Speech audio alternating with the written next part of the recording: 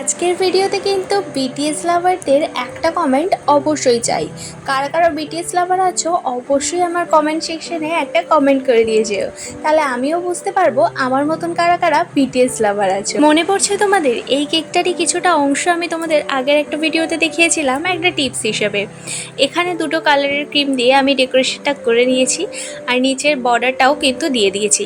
আর একদম লাস্টে আমি কিন্তু বিটিএস গার্লের একটা ফটো বসিয়েছি আর ক্রিমটা একদম পার্পল কালার রেখেছি, তাতে করে কিন্তু নিচের লুকটা খুব সুন্দর আসছে। ওপরটা হালকা শেড আর নিচটা একদম ডার্ক শেডের। এই যে চপারগুলো দেখছো, চপারগুলো কিন্তু আমি নিজের মতন করে প্রিন্ট করেছি আর এর সাথেই এই হার্ট শেপের মধ্যে নামগুলো আমি প্রিন্ট করিয়েছি।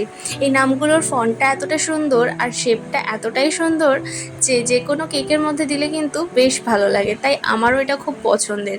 আর এভাবেই আমি কেকের মধ্যে দেওয়ার পর কেকটার লুকটা যেন একেবারে চেঞ্জ হয়ে গেল। কেকটা শেষ পর্যন্ত তোমাদের কেমন লাগে অবশ্যই জানিও। আমার চ্যানেলটা তাড়াতাড়ি সাবস্ক্রাইব করো। টাটা।